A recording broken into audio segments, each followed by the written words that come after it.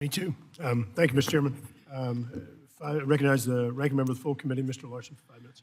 Thank you, Mr. Chair. I, like many of us, are disappointed that the cameras in the hallway were not here to cover Garrett Graves' last hearing. However, it's good that we're all here to be here and to honor him, though, for his work in this committee, but also in the House as a whole, and also for his personal friendship and our getting to know each other over the fact that I represented his in-laws for some time, and a lot of his family members in my district as well. But I want to thank him for calling the hearing today on the implementation of the 24 FAA law. In response to these challenges that aviation faces over the last few years, Congress did rise to the occasion. This committee engaged in a thorough process. We negotiated and compromised to reach a bipartisan and bicameral solution to deliver for the flying public. I want to thank today's witnesses as well for providing critical input during that time as we work through this process from the bill's introduction to the final passage. Now, whether supporting the integration of new entrants in the airspace or overseeing the FAA's commitment to a safer and more efficient national airspace, your enthusiasm, Garrett, your expertise, your partnership will be missed. We will all miss that. So I wish you the best of luck in your future endeavors. Now, the passage of the 24 FAA reauthorization was only the first step in ensuring the U.S. remains the gold standard in aviation safety, efficiency, and innovation. For instance, the law will increase the safety and efficiency of our airspace and help prevent close calls and near misses on airport runways across the country. An FAA NAS safety review team report on this found that air traffic controller staff shortages actively erode the margin of safety in the national airspace. To address these workforce and safety concerns, the law includes several provisions, including the FAA to do several things, include hire the maximum number of controllers annually, improve its controller staffing model, and expand the deployment of surface surveillance and detection equipment at U.S. airports. The law also calls on the FAA to take decisive actions to address aging FAA air traffic control legacy systems.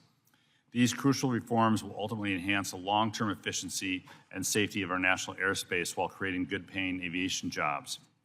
Passenger safety also depends on worker safety, and as we emerged from the pandemic and air travel demand surged, there were an alarming number of unruly passenger incidents, endangering flight crews and passengers alike. And so to address this threat, the law created a task force to prevent such assaults and mandated airlines to establish employee assault and response plans. Meanwhile, recent flight disruptions have shaken the flying public's confidence in air travel. For example, earlier this year, certain air carriers were unable to cope with the global IT outage, leaving thousands of passengers stranded. To get us back on the right trajectory, the law required airlines to provide full cash refunds to consumers affected by delayed or canceled flights and develop policies addressing reimbursement for passengers for hotel and meal costs when a flight is canceled or significantly delayed. So while reimbursing passengers affected by flight disruptions is one way to protect consumers, we have to do more to ensure every passenger can travel safely and with dignity. And the FAA reauthorization improves training for airline personnel and contractors to better assist travelers with disabilities and directs the DOT to create a roadmap for airlines to reduce damage to wheelchairs and mobility aids. The law also increases funding for the Airport Improvement Program from $3.35 to $4 billion annually, of which at least $150 million in discretionary funds, the largest portion that's ever been required before, are to be spent on airport climate, noise, and other environmental impacts. Moreover, AIP funding can now be used to invest in infrastructure for alternative propulsion technologies by allowing airports to fund the development of hydrogen and electrification infrastructure necessary to support new aircraft. Finally, the law improves the lives of neighboring airport communities by requiring the FAA to develop a plan to transition away from leaded fuel in general aviation by 2030 and takes actions to mitigate the impacts of aviation noise across the country. Lastly, I want to talk about the talent pool because the FAA reauthorization made robust investments in the American aviation workforce, providing resources to expand and strengthen the talent pool, a requirement for American innovation.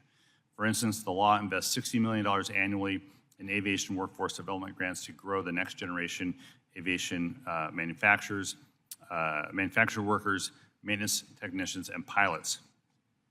Now, the current and future challenge facing the U.S. aviation system are significant but not insurmountable, and I believe together we can meet these challenges. Congress did its job in passing the 2024 FAA reauthorization this past May. And now the FAA and the DOT need to do their jobs to effectively implement the programs and fulfilling the various provisions.